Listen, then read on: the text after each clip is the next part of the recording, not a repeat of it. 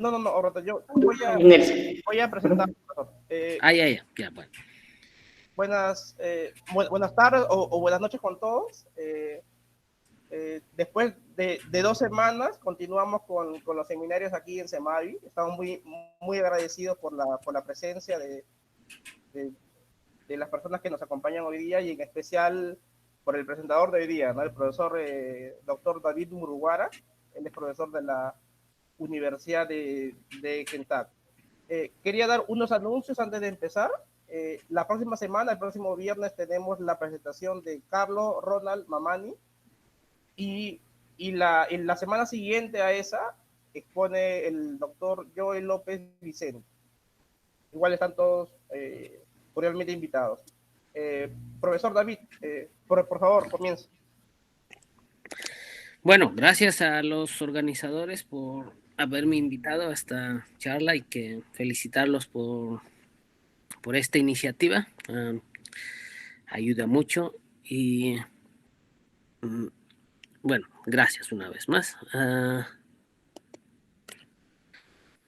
Bueno, les voy a comentar sobre una clase de funciones a las que yo he estado estudiando por mucho tiempo, desde la escuela de graduados y después cuando empecé a trabajar y aún sigo estudiando un poco más este tipo de funciones y sus aplicaciones, ¿no? Bueno, antes de eso quería preguntarle si hay alguien acá que no sé si están permitidos a participar. Bueno, a mí no me molesta que interrumpan, o sea, que pueden hablar, pueden hacer preguntas, o si no tengan dudas.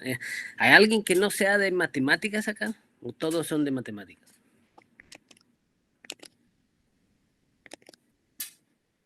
Pueden escribir aquí también en el chat o pueden activar el micrófono. El profesor no tiene ningún inconveniente. Claro. Computación científica. Ajá. Bueno, ¿alguien más? ¿Todos son de posgrado o hay gente de pregrado de otros lados?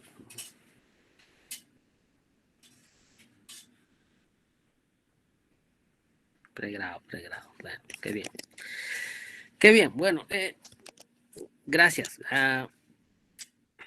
Bueno, yo trabajo en un área aplicada a la biología, como lo llaman, matemática biológica, pero usando herramientas discretas de teoría de grafos, matemáticas discretas, combinatoria, teoría de la probabilidad, que es un área emergente más que ha empezado a desarrollarse en los últimos 15 años. Matemática biológica salió inspirada por modelos en ecología o modelos para modelar el crecimiento de poblaciones con herramientas como ecuaciones diferenciales o ecuaciones diferenciales parciales, pero en los años 50, 60 empezaron a salir otro tipo de modelos y en esa área de otro tipo de modelos están las aplicaciones que yo voy a describir. Bueno, ¿qué son estas funciones canalizadoras? Bueno, he tratado bueno, antes de eso, antes de hablar sobre estas funciones, quería contarles un poquito sobre mí, quién soy, qué hago. Bueno, lo que voy a hablar es un área de investigación que hago, pero en general trabajo desarrollando métodos teóricos o computacionales para construir o simular redes de regulación génica, como lo llaman en español, o Gene Regulatory Networks en inglés. Bueno, en esa área trabajo con desarrollos de control de fenotipos. Bueno, fenotipos, si es que nunca lo han escuchado, es lo que se observa, ¿no? Es lo que lo que se observa. Entonces, cuando tú tienes un modelo, tú quieres controlar los fenotipos, las cosas observables, básicamente los atractores, o sea, hacia dónde quieres, qué tipo de atractores quieres que se exhiba o qué tipo de atractores quieres evitar. Uh,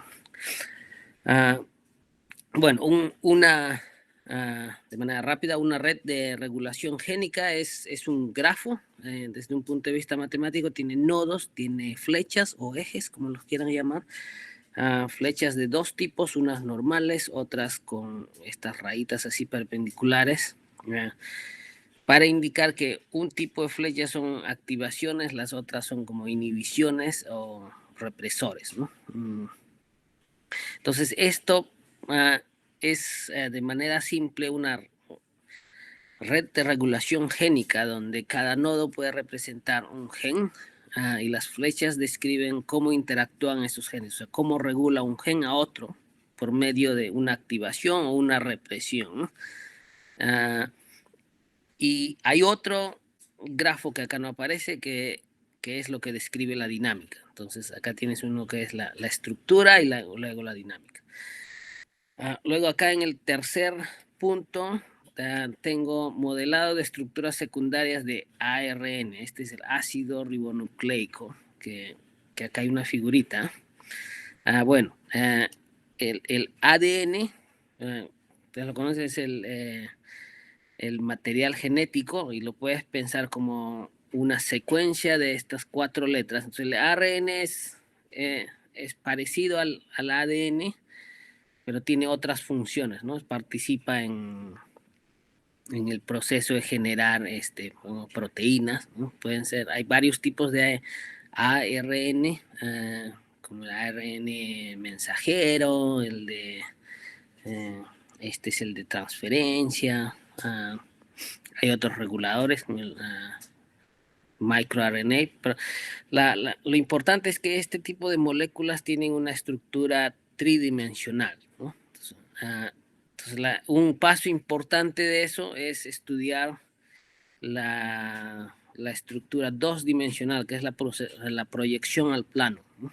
Entonces, cuando lo proyectas al plano, lo que te importa es los pares que se forman, ¿no? Se forma esta estructura en 2D, donde tú tienes la secuencia, que puede empezar de la posición 1. Entonces, cada uno de estos nodos son letras, ¿no? Son una de esas 4 letras de A, U, C, G, y están emparejadas. Entonces, este es un problema básicamente de optimización donde tú quieres determinar qué posición está emparejada con qué otra posición. Entonces, hay un modelo basado en física que asocia energías a cada emparejamiento. Entonces, cada emparejamiento te da una energía negativa y cada posición no emparejada una energía positiva. Entonces, sumas las energías y luego minimizas. Entonces, de un punto de vista físico, la energía con menor, no, la estructura con menor energía es la más estable. Entonces, esa se toma como la predicción, ¿no? Entonces hay muchos problemas relacionados con este proceso de predecir la estructura secundaria del ARN. Y también trabajo en relacionando esto de la estructura y la dinámica de sistemas discretos. Como decía, hay otro grafo que describe la dinámica. Y por último, funciones biológicamente relevantes o funciones inspiradas en biología, que es de la que voy a hablar. Bueno, si les interesa alguno de estos temas, me avisan, me escriben y podemos hablar más. Bueno, ¿qué es una red de regulación génica, ¿no? Acá les puse un ejemplo. De nuevo, es un grafo, ¿no? Con nodos y flechas de 2 tipos. Tenemos las flechas normales y estas flechas que tienen como una línea pequeña perpendicular, ¿no? De nuevo, solo dicen activación y represión. Y en estos nodos, los nodos pueden ser de diferentes formas, ¿no? Por ejemplo, tenemos estos nodos rectangulares que indican que disculpe, ¿cree que puede compartir a pantalla completa para que se vea más grande? Claro. Por favor, sí, porque ese gráfico parece interesante, solo que no consigo ver, porque es un gráfico bien grande, ¿no? Ahí está mejor. Mucho mejor. Ah, ya. Muchas gracias, profesor. Ajá. Entonces, uno tiene nodos, los colores indican la ubicación de los nodos. O sea, muchos de estos son genes y te dicen que los rectángulos son los que están dentro de la célula, o sea, son componentes intracelulares. Las elipses son las que están afuera de la célula, extracelulares. Las diamantes son receptores que están casi en el borde, ¿no? En el borde, o sea, para posibilitar la comunicación.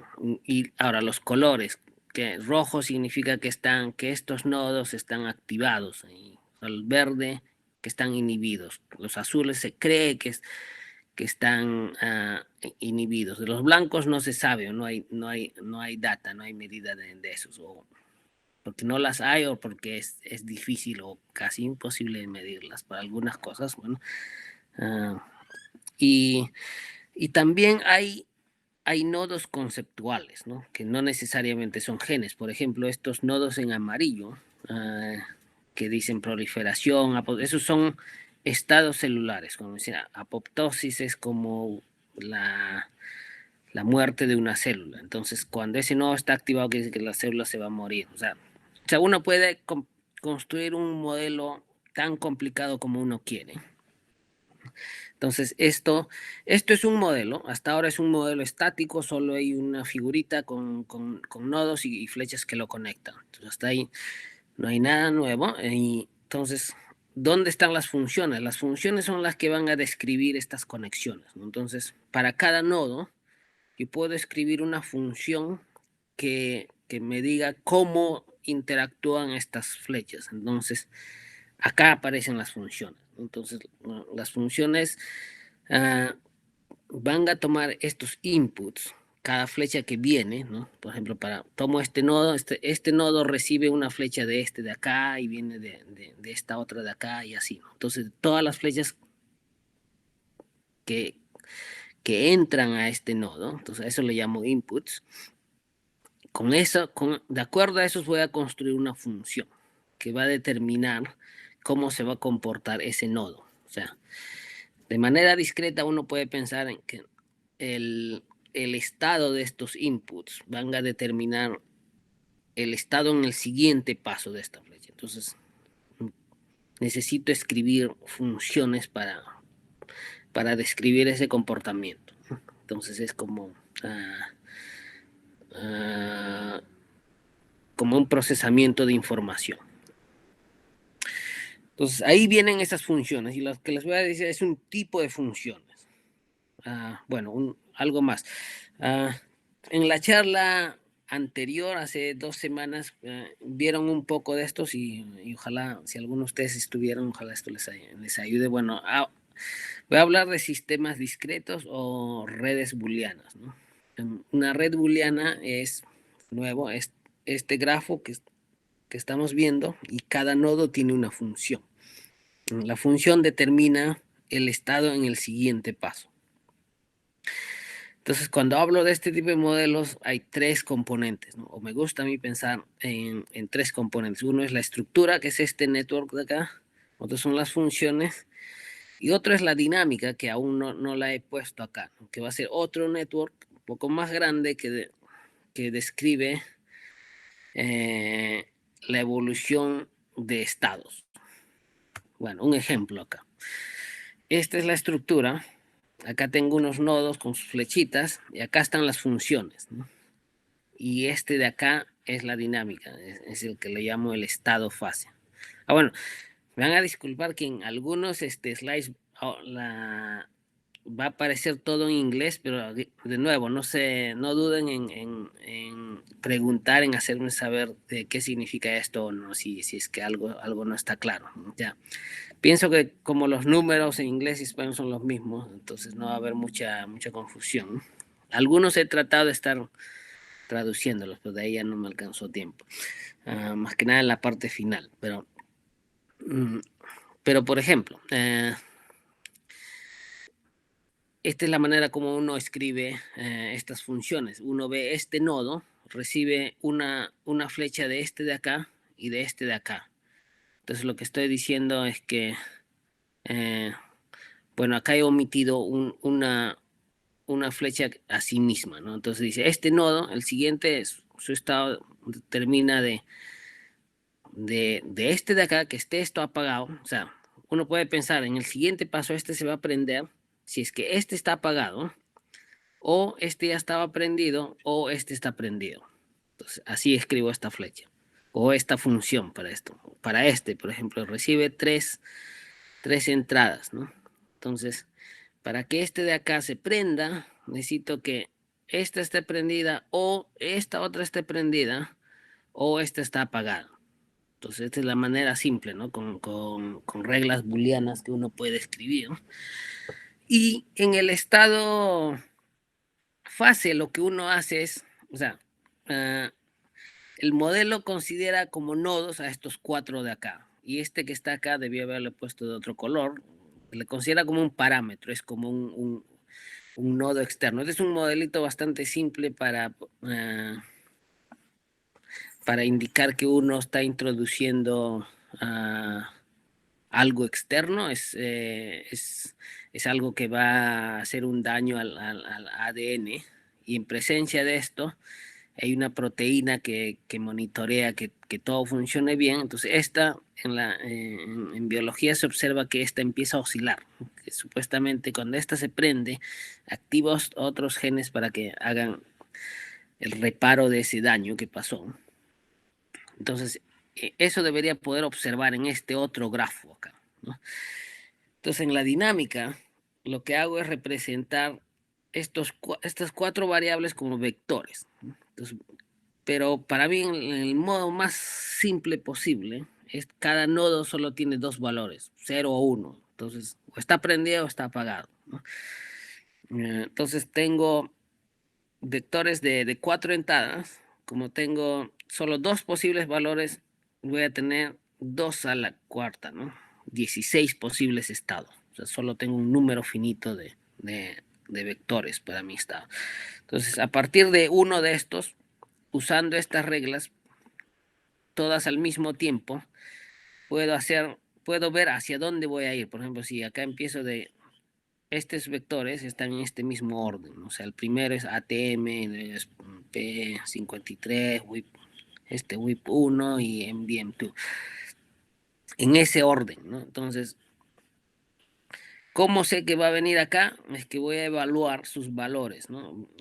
Voy a ver acá, el primero está prendido. En el siguiente paso, cuando esto está prendido, y veo si esto estaba apagado, así, ¿no? Entonces, se evalúa y se va al siguiente estado. Y luego se continúa así, se va evaluando. Se usa estas funciones para cada uno de estos vectores. Usando esos valores, encuentras el siguiente estado, ¿no? Pero como solo tienes un número finito de estados, definitivamente vas a encontrar periodicidad. O sea, en algún momento vas a tener que regresar a un estado donde ya habías encontrado. O puede que te quedes estancado en un punto fijo. Entonces vas a encontrar estos tipos de ciclos o puntos fijos. Bueno, lo que de acá que te está diciendo es que no importa de cualquier estado empieces, vas a llegar a este ciclo. Y en este ciclo lo que pasa es que, por ejemplo, la primera en este nodo está en 1, 1, 1, está prendido, luego se apaga, 0, 0, 0, y luego vuelve a prenderse. O sea, hay una oscilación con el mismo periodo, ¿no? Y todas oscilan acá. O sea, acá está en 0, 1, 1, luego la segunda va. Bueno, el periodo de oscilación un poco diferente, ¿no? Porque acá el segundo, acá está en 1, 1, 1, 4 veces y... no, solo 3, está bien. Es el mismo, pero podemos ver, por ejemplo, la última. Acá está en 0, 0, 0, 0 y 1, 1, 1. O sea, va a oscilar a medida que tú andes. Entonces, Entonces, ese es un ejemplo de una red booleana. Espero no me esté pasando demasiado tiempo hablando de esto. Eh, eh, es el caso más simple posible. Puedes tener redes más complicadas donde el número de variables sea 3, 5, lo que quieras. No tienen que también ser de la misma cantidad de niveles. Puede que, por ejemplo, uno de tus nodos tenga 2 niveles, sea booleano, el otro tenga 3 y el otro tenga 4. Lo que hay hay un método para poder usar aún herramientas en matemáticas, es convertirlos a un sistema nuevo donde todos los nodos aún tengan el mismo número de variables. Entonces lo que se hace es como se hace un embedding, ¿no? Puedes meter este sistema en otro más grande, de tal manera que los atractores sean los mismos. O sea, los atractores no se pierden y tampoco aumentas nuevos atractores, ¿no? Lo único que vas a aumentar es el número de estados, pero son solo estados que van a tener flechas de entrada, no de salida. Espero que se entienda eso. Pero bueno, en general puedes asumir de que tienes un sistema sobre un cuerpo finito. ¿Por qué sobre un cuerpo finito? Porque así, cuando está en un cuerpo finito, las funciones se convierten en polinomios sobre ese cuerpo finito. Ahora, de nuevo, si es que, por ejemplo, tu sistema no era una potencia primo, que se sabe que cualquier cuerpo finito, su orden es una potencia prima, ¿no? Pero siempre puedes meter en otro que sí es. Hay un método que te permite hacer ese embedding y aún poder trabajar en ese nuevo sistema. Pero no, eso no es el objetivo de esta charla, pero solo quería mencionarlo. Entonces, el caso más simple es cuando tienes dos valores, 0 y 1. Entonces, tu cuerpo es... el cuerpo finito es el de dos elementos, ¿no? Y en ese caso tienes una red booleana, ¿no? ¿Y dónde están los polinomios? Bueno, tú tienes en las redes booleanas puedes armar tus funciones usando estas reglas, la regla I, Andrew, la regla O y la negación. Con estas tres puedes generar todo el álgebra booleana y sus equivalentes como polinomios son estas tres, ¿no? Entonces, tienes una forma sencilla de ir de reglas booleanas a polinomios. Bueno, este es un grafiquito de un estado fase, donde cada punto en verde es un vector de esos que le estaba mostrando y el punto en azul es un punto fijo, ¿no? Entonces, hay una trayectoria que está en azul, ¿no? Donde puedes empezar de un nodo relevante y vas así hasta el punto fijo. O sea, todo esto se va a un punto fijo. Bueno, solo para ilustrar. Entonces, ahora sí, les prometí hablar de funciones canalizadoras. ¿Qué son eso? Entonces, para mí, la manera más simple de presentar estas funciones es pensar en la suma y en el producto. A propósito, ¿hay preguntas hasta ahora? ¿Todo bien? Pueden hacer preguntas, como les decía. Son tímidos, profesor, creo. Ya. Pueden dejar sus preguntas en el chat. En el chat, ¿no? Sí, ya, bueno. Y vamos leyendo luego. Ya. Entonces, a ver, ¿qué son funciones canalizadoras? Entonces, pensemos en el producto y en la suma. Entonces, en el producto, digamos, tengo solo tres variables, x, y, z. Considero el producto. Y ahora notamos de que si evalúo en 0 para el x, se vuelve 0, ¿no? Otra forma de ver esto es como que si sé que x es 0, ya no me importa qué valores tenga el y y el z. Automáticamente sé el valor de la función. O sea, no necesito saber qué cosa es el y qué cosa es el z. Entonces, en ese caso, podría decir de que el X determina el valor de la función por sí sola, ¿no? Y ahí puedo decir de que este F es una función canalizadora con input X igual a 0. Claro, obviamente lo mismo puedo hacer para Y y para Z. También Y y Z también son canalizadoras en este ejemplo. Ahora, ¿cuál es la diferencia, por ejemplo, con la suma?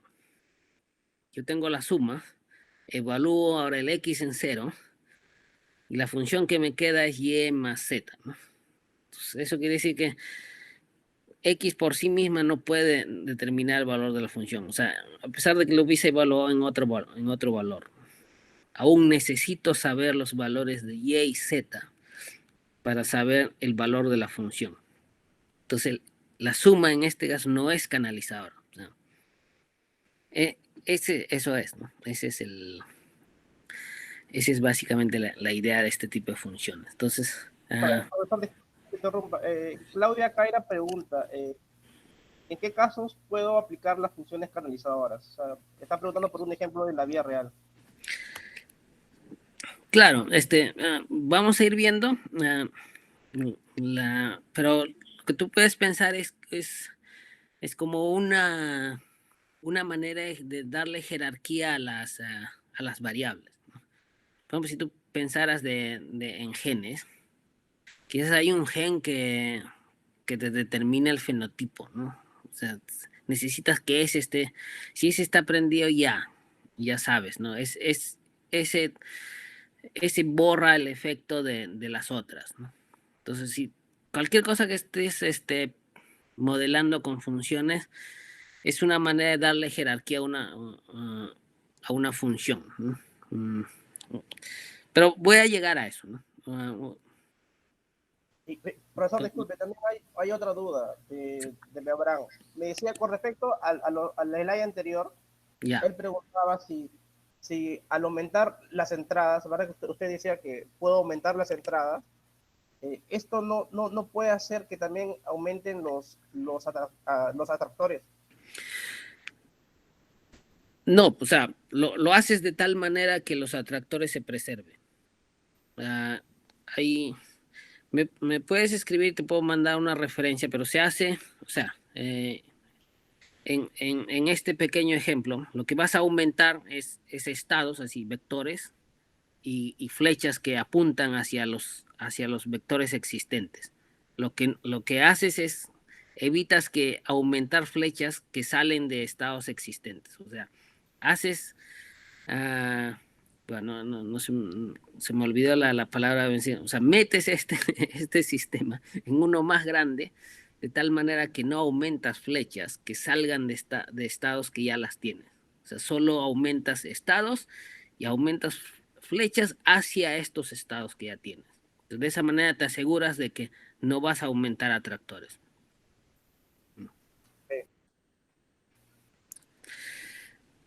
A ver, y en general, bueno, esas son funciones canalizadoras, ¿no? Pero hay funciones un poco más, un poco más generales. Bueno, acá tengo un perrito también que está participando en la charla. Tiene preguntas, pero bueno. Entonces, estas funciones que se llaman Nested Canalizing Functions, no se me ocurrió cómo traducirlas. Podrías llamarle como canalizadoras encajadas, no sé, o recursivas, ¿no? Decidí no darle un nombre en español, así que si a alguien se les ocurre, bueno, me avisan, ¿no? La idea es que uno tiene, por ejemplo, en la canalización, uno de esos determina el valor, ¿no? Entonces, ¿cómo defines una de estas nested canalizing functions? O sea, están encajadas, ¿no? Entonces, primero consideras una permutación de tus variables. Puede ser la identidad.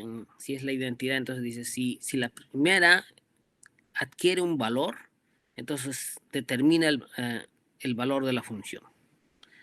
Si esa no puede determinar, entonces hay otra, ¿no? Pero esa la primera no está en el valor que determina el valor de la función. Bueno, entonces hay una siguiente, ¿no? Que sí va a ser. quizás en este diagrama es mejor. O sea, lo que estoy queriendo decir es que la función, dada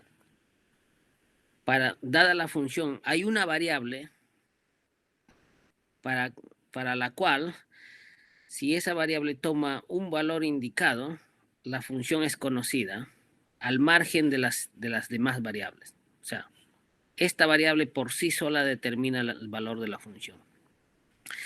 Y si esa variable no toma ese valor, entonces la que te queda, de todas las que te queda, hay otra variable que sí determina la función. Y si esa no tiene, entonces así vas avanzando, no es como de una manera encajada. Entonces, estas variables fueron, o este tipo de funciones, fueron definidas por un biólogo, se llama Stuart Kauffman y colegas, ahí por el año 2004. Y un tiempo después, un grupo de matemáticos decidieron estudiar esas mismas funciones dándole esta definición de acá. Bueno, aunque la definición ahí es bien parecida, pero es la misma. Y decidieron describirlas de manera algebraica para obtener una fórmula para contar el número de funciones dada un número de variables. Entonces, obtuvieron una secuencia de valores, ¿no? Para dos variables tienes tantas funciones, para 3 variables tantas funciones, y así tienes una secuencia. Entonces, hay una enciclopedia que guarda las secuencias conocidas, fueron para ver si esta secuencia ya existe, y existía. Entonces, y descubrieron que hay otro tipo de funciones que que la gente de Computer Science, de ciencias de la computación, estudiaban, y las estudian en este tipo de formato, como diagramas de decisión, que se llaman Unit Cascade Functions, y son las que en general tienen en promedio más corto de estos diagramas, ¿no? O sea, son estudiados en el contexto de optimizar la información.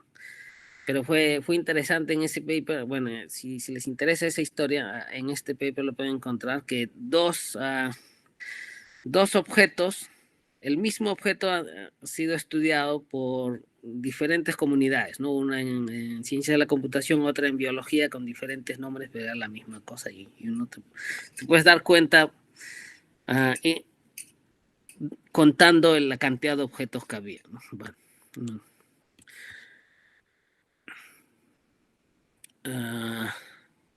¿qué más? Pero también hay funciones que son solamente canalizadoras parciales. O sea, hay una variable que determina el valor de la función, y si esa no toma ese su valor, hay otra que sí determina, y así solo vas, pero hasta cierto punto. O sea, asumes que tienes n variables y solo vas hasta la variable k. Y a partir de ahí ya te queda una función en el resto de las variables, y este K se le llama la profundidad de canalización. Entonces, y la función que te queda lo llaman el core function, ¿no? La función del centro, algo así, el polinomio del centro. Bueno, les voy a dar ejemplitos. Por ejemplo, acá, si tienes 3 variables, lo he escrito esto de manera así factorizada, y cualquier operación que hagan acá es módulo 2. O sea, por ejemplo, si evalúo el 1, en 1 voy a tener 1 más 1, módulo 2 es 0. Entonces todo este producto se va y me queda 1. ¿Qué quiere decir? Que esta función, su valor es determinado por la variable x1 cuando toma el valor 1. Bueno, cuando toma 0 no lo determino. Entonces esta función, esta variable es canalizadora.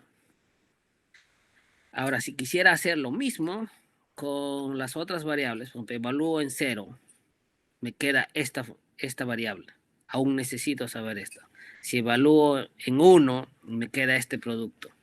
Para x3 también. Si evalúo en 0, me queda esto. Y si evalúo en 1, me queda esto. O sea, la única variable acá que es canalizadora es la 1, ¿no? La X1.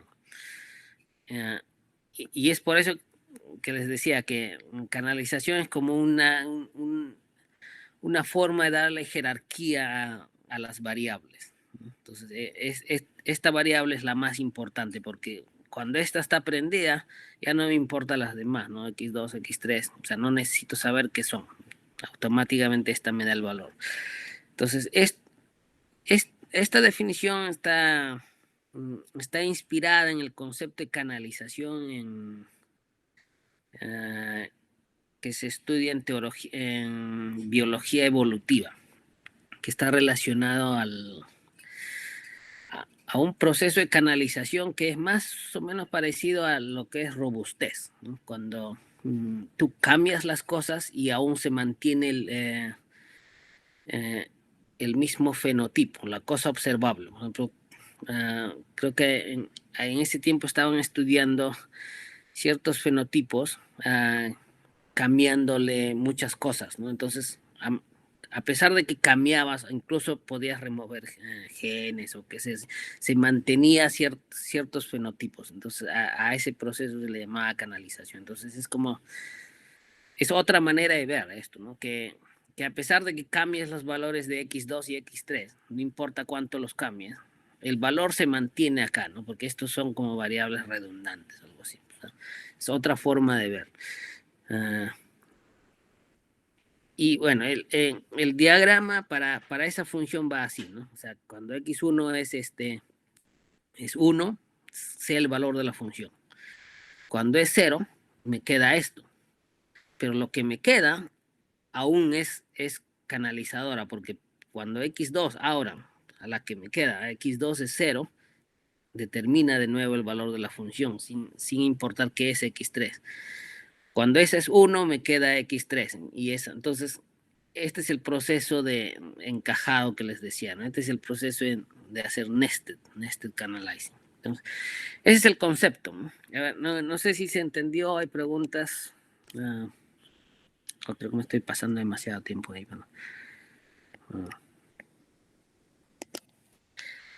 Bueno, me hacen saber si hay preguntas, ¿no? Y volviendo al comentario de darle jerarquías, esto uno puede agrupar las variables en lo que llamo niveles de canalización, o en inglés lo que llaman un layer, ¿no? Entonces, este X1, en el ejemplo que les mostré, estaría en el primer nivel, ¿no? Es el primer nivel de canalización. Estas otras dos en el segundo nivel.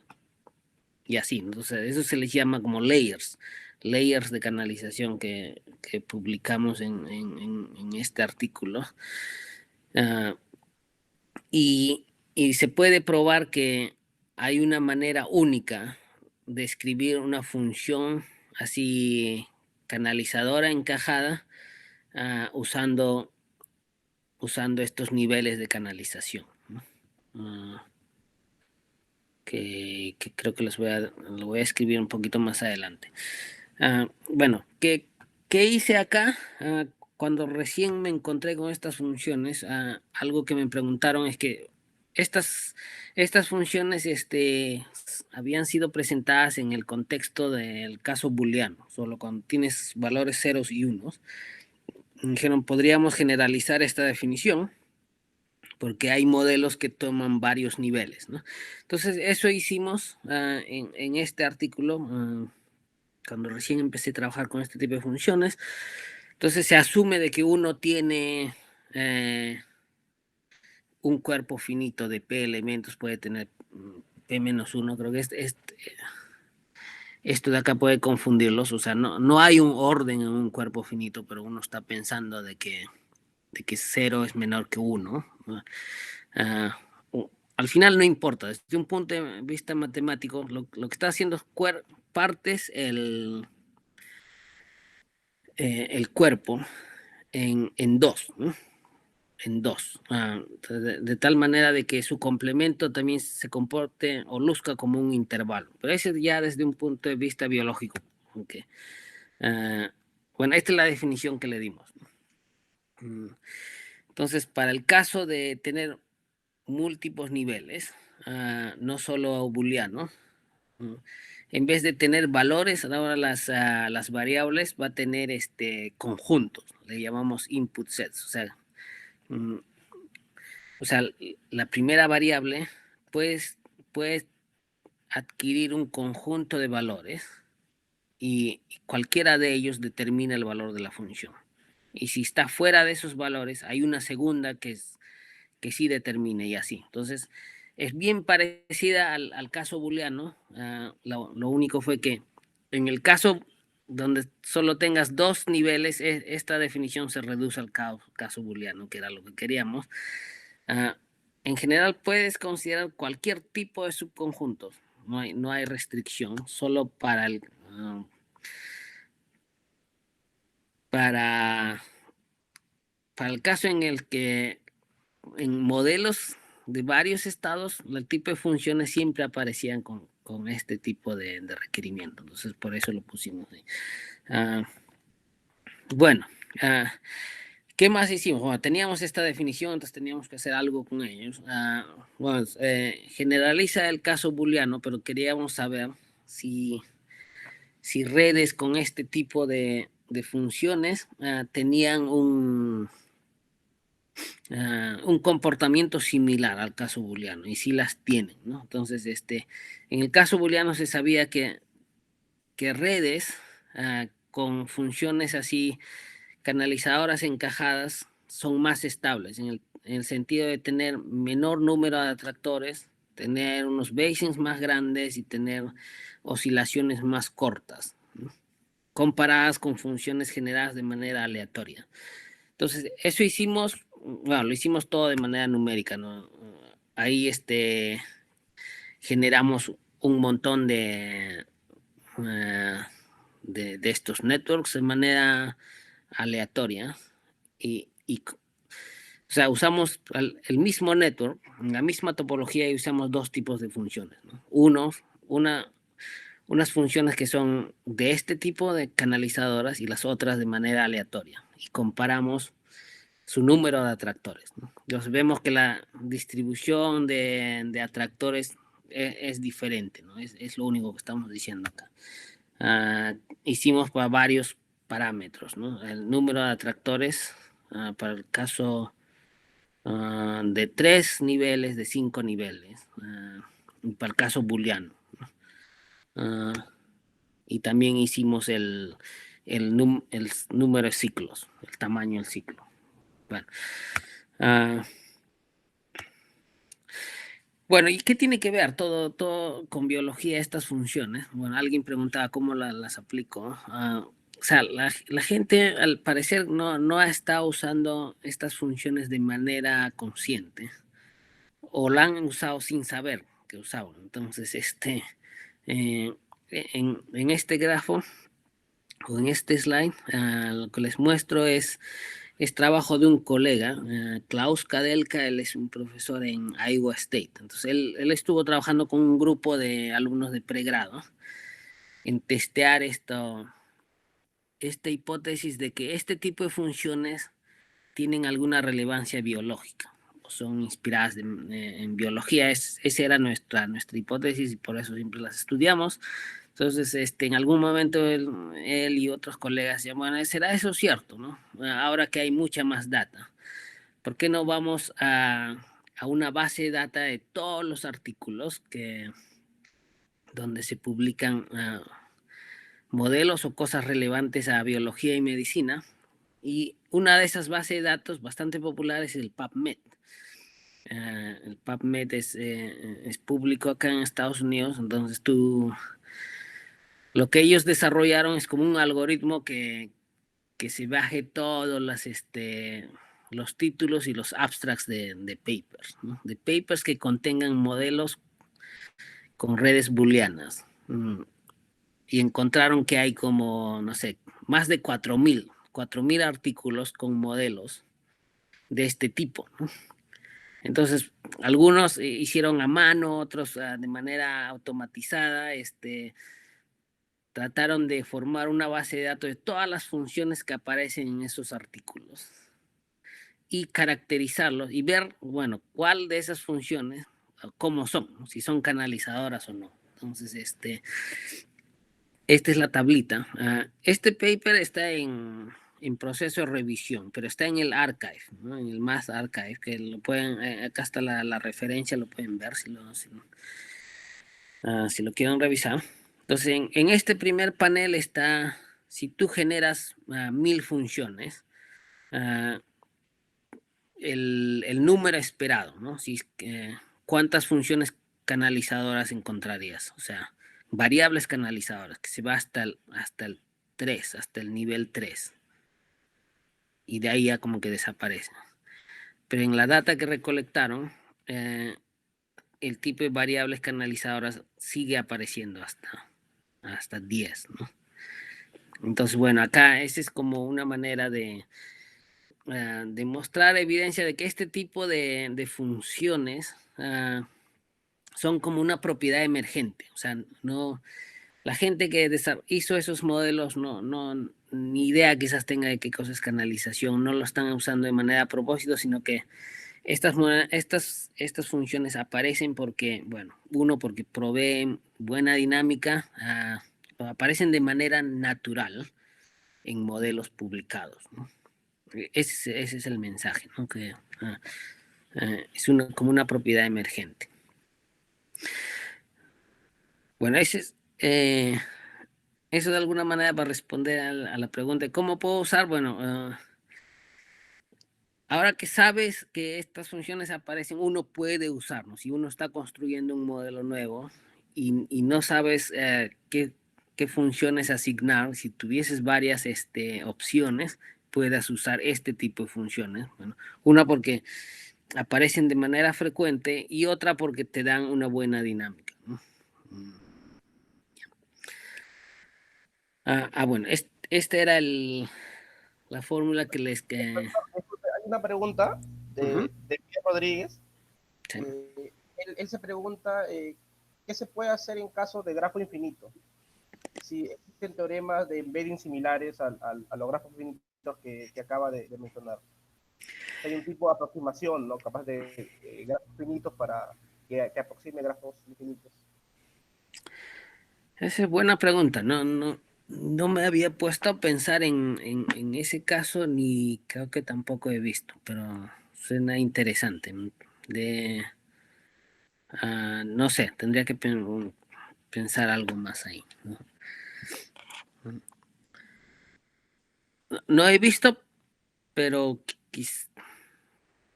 claro, un grafo infinito quizás como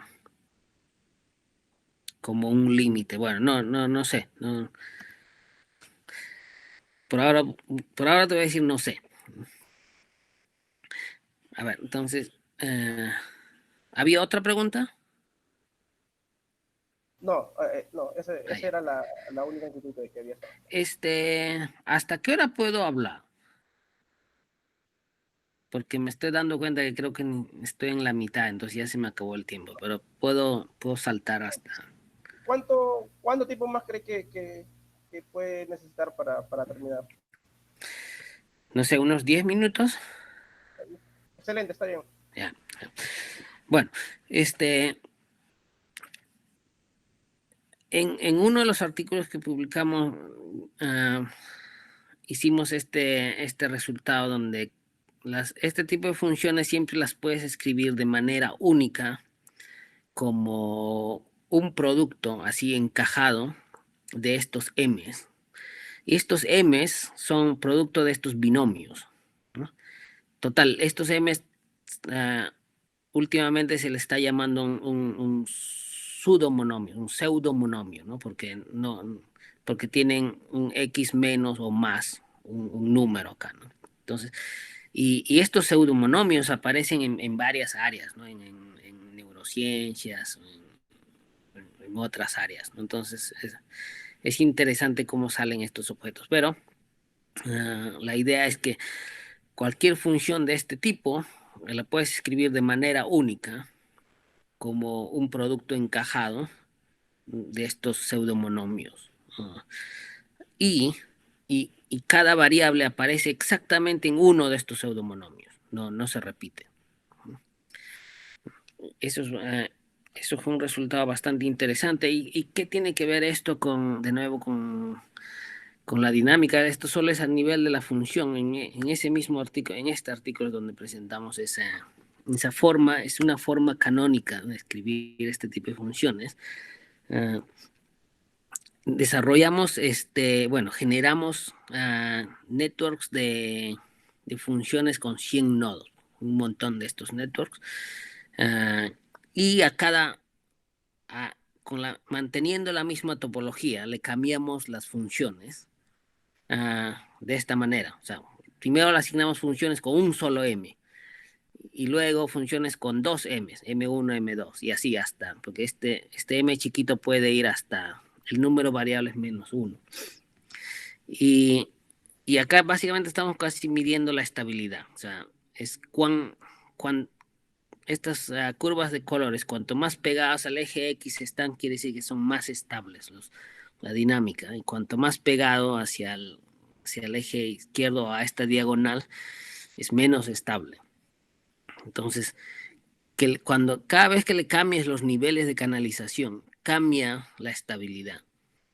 Entonces, eso mostramos así de manera empírica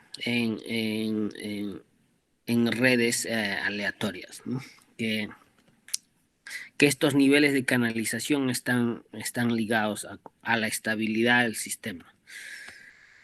Y un poco después, en 2015, otro colega, Matt McCauley y su alumno, obtuvieron este resultado bastante bonito, ¿no? Que básicamente caracteriza cualquier función booleana, no necesariamente canalizadoras. Es cualquier función booleana, siempre las puedes escribir de manera única en esta forma, como un producto encajado de estos m's y un polinomio PC, que es el que le llaman el polinomio central, ¿no? Que describí antes. De tal manera que estos m's de nuevo son pseudomonomios. Este PC es un polinomio que no contiene variables canalizadoras. Cada una de las variables aparece exactamente en uno de estos m's. O sea, una manera que tú puedas pensar es que cualquier función booleana puedes ponerlo como en una cebolla y tienes estos cáscaras, ¿no? Cada uno de esos son niveles de canalización, ¿no? Cada m te da un grupo de variables que te indica el nivel y vas pelando hasta que llegas al centro donde ya no hay más, ¿no? Ya no hay más variables canalizadoras. Y se prueba que es único, ¿no? Entonces es una forma canónica para cualquier función booleana. Hay otras formas, que es la forma disyuntiva y la otra es la conjuntiva. Bueno, espero que así se hable en español. Entonces, esta es otra forma polinomial, ¿no? Que es interesante y últimamente he estado estudiando la relación de estas formas canónicas con las ya existentes. Bueno, esto mejor lo voy a saltar. Algo que rápido les quería comentar era que yo trabajo en cosas de control también, y donde control quiere decir manipular la estructura del network de tal manera que cambie la dinámica del sistema, ¿no? Entonces, pensamos en borrar nodos o borrar flechas, ¿no? Pero ¿qué significa borrar nodos o borrar flechas, ¿no? Entonces habrá que definir, ¿no?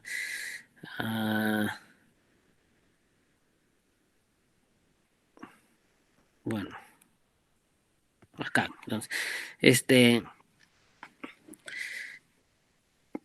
cuando al inicio les estaba explicando sobre reglas booleanas, cada nodo tiene una función. Entonces, borrar una flecha lo defino como poner el input de la función a cero, de tal manera que el impacto de esta ya se le borra. Así se define matemáticamente, ¿no? Y si quieres borrar o cambiar un nodo, Dice que la función lo pones a una constante, pones a 0 o a 1. ¿Qué es lo que pasa con eso? O sea, uno tiene un sistema con las funciones y le borras una flecha o le borras un nodo y muchas cosas cambian, ¿no?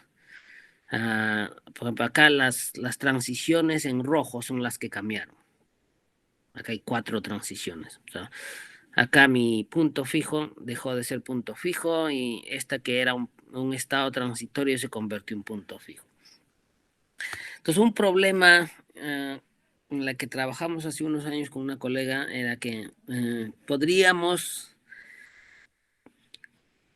predecir o saber cuál es el impacto en el estado fase cuando uno hace una operación en este diagrama, en la estructura. Por ejemplo, le borro una flecha, ¿qué podría decir que pasó acá? Entonces, esa es una pregunta en la que trabajamos. Y si asumimos que las funciones son canalizadoras y que puedas escribirlas, bueno, en sí no necesitas asumir esa. Sabemos que cualquier función las puedes escribir de manera canónica, sí. Y si borras una flecha, que es canalizadora, eso quise decir, entonces uno puede encontrar una cota superior para el número de cambios en el estado fase.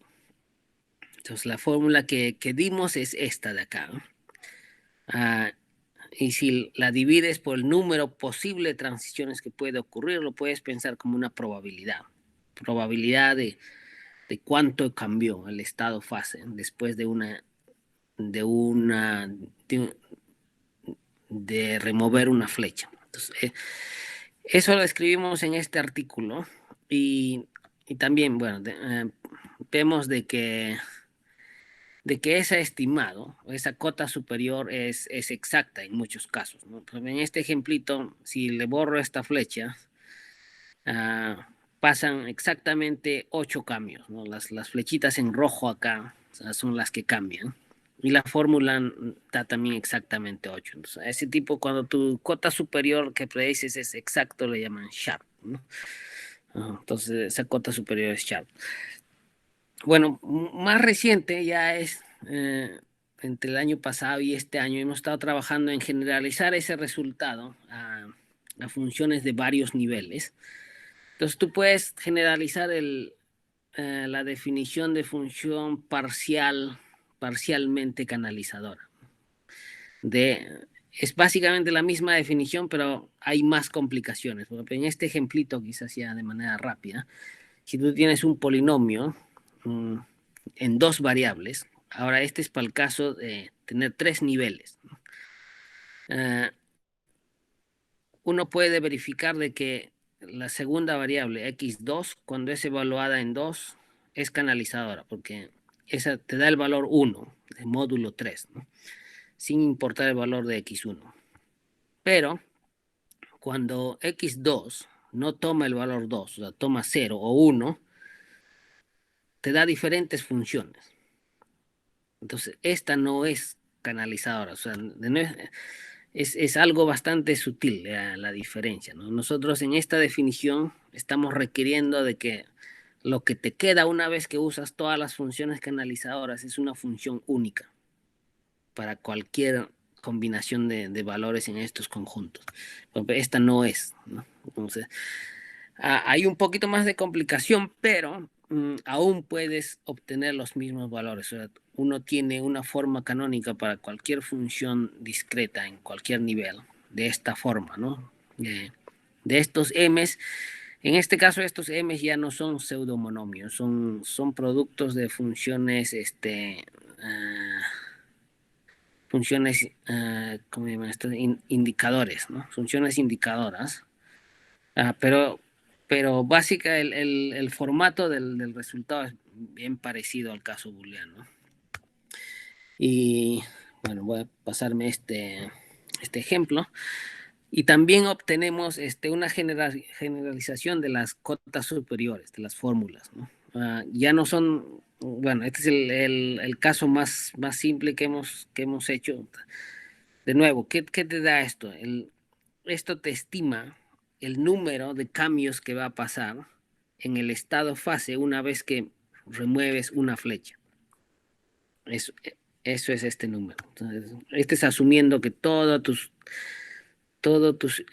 input sets son del mismo tamaño, pero si en general tienes algo más complicado, ¿no? Entonces, esto tenemos publicado un preprint que está provisionalmente aceptado, pero aún no está impreso, pero está disponible en el archive, lo puse ahí, ¿no?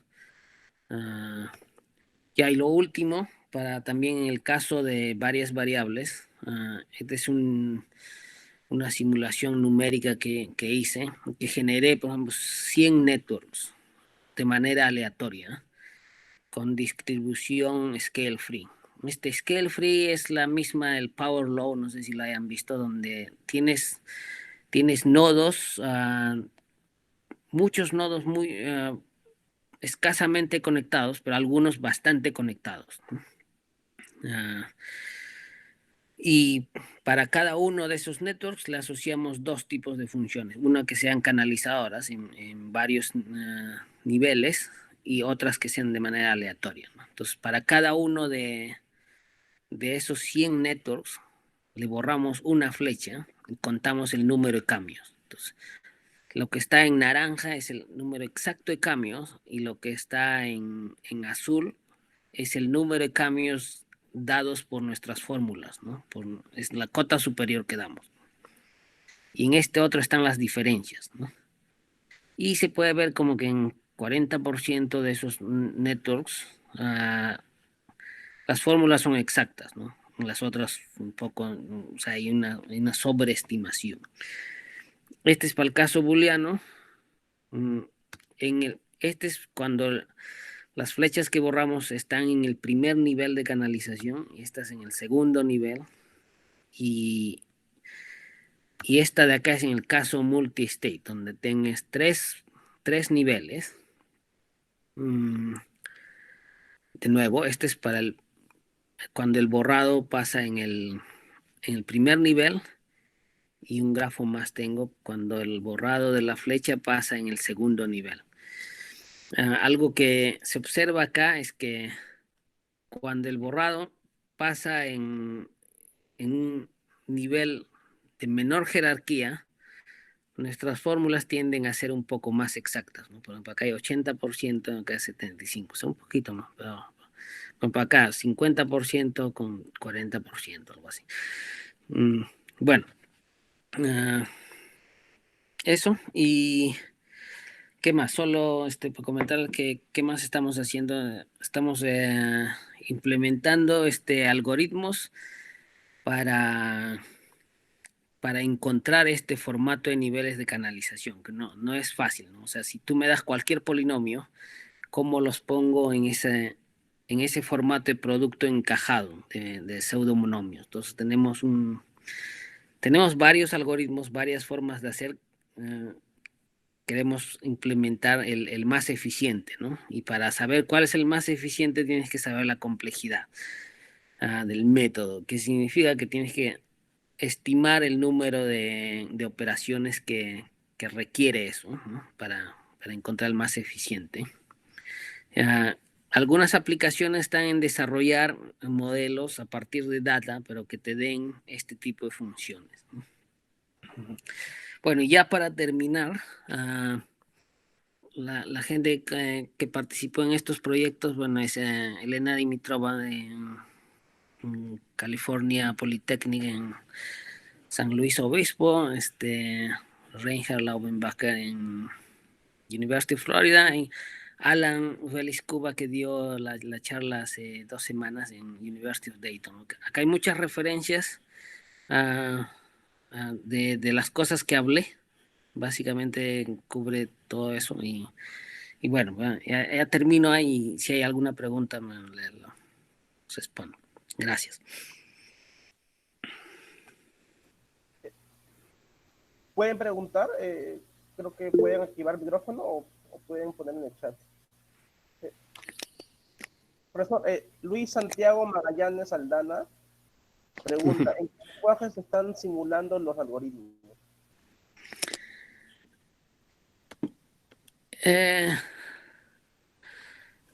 Lo estamos bueno, muchas de las cosas, por ejemplo, estas las hice en ese software matemática, pero como es de propiedad, tienes que comprar, lo estoy traduciendo a Macaulay 2. Entonces, Macaulay 2 es el que al final vamos a poner disponible al público, que es open source, que es gratis, ¿no? No sé si les es familiar, Macaulay 2 es un software para herramientas en geometría algebraica. Usan para computaciones bastante sofisticadas, pero también tiene buenos algoritmos para polinomios sobre cuerpos finitos, entonces lo usamos por ahí, para eso.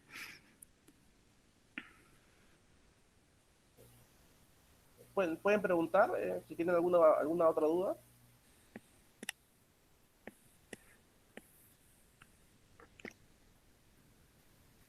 Eh,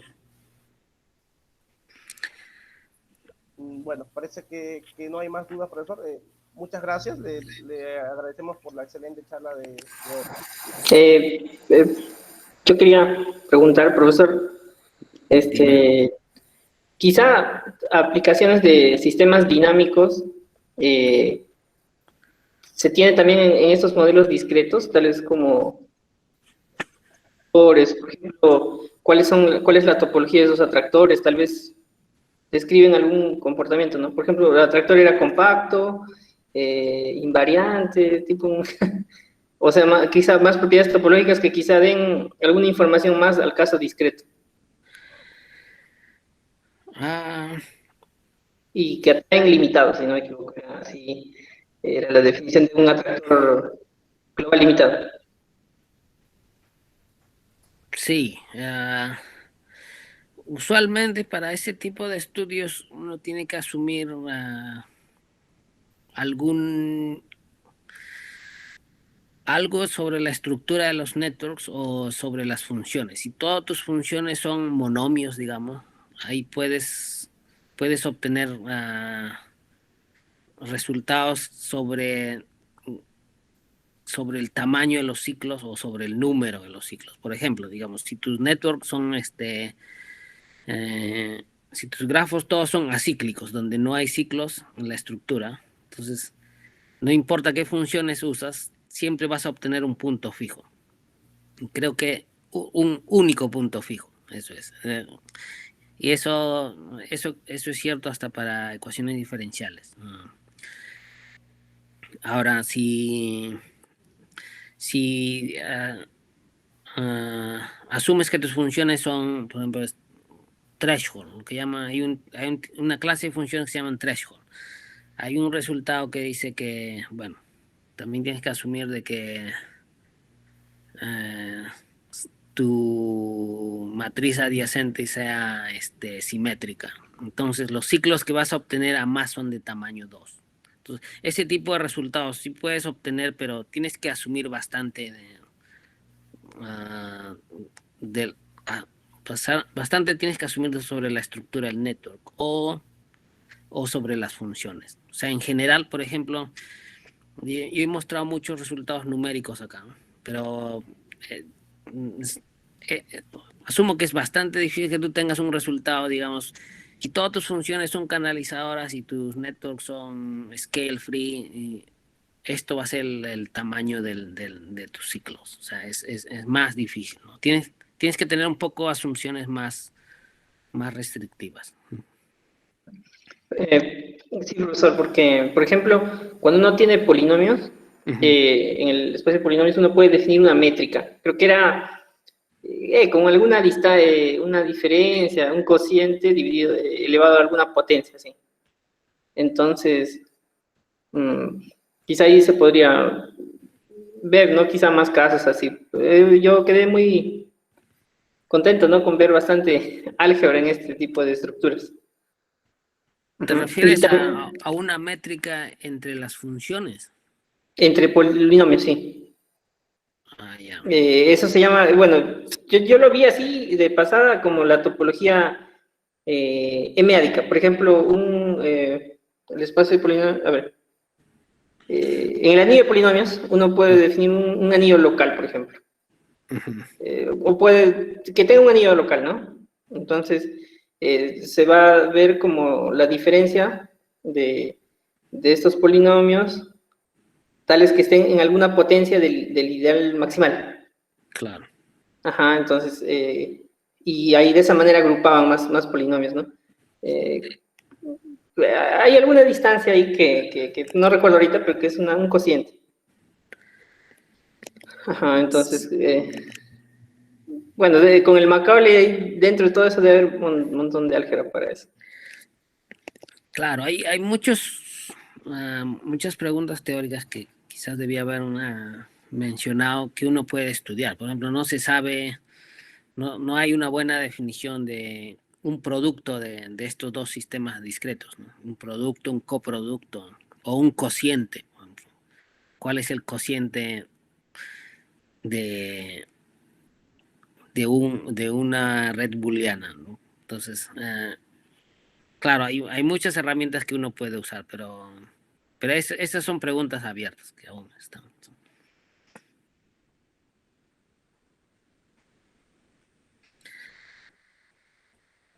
Sí, gracias, profesor. ¿Algo más? O cualquier duda, comentario o queja me las hacen saber por correo, si no. ¿Hay alguien más que quiera hacer algún comentario o alguna duda?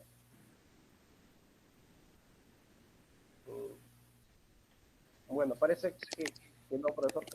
Vuelvo a reiterar las gracias por la presentación de hoy, profesor. Gracias a ustedes. Bueno, nos vemos. Chao. Chao, chao. David, creo que ya puedes parar de grabar. Bueno, ya salgo.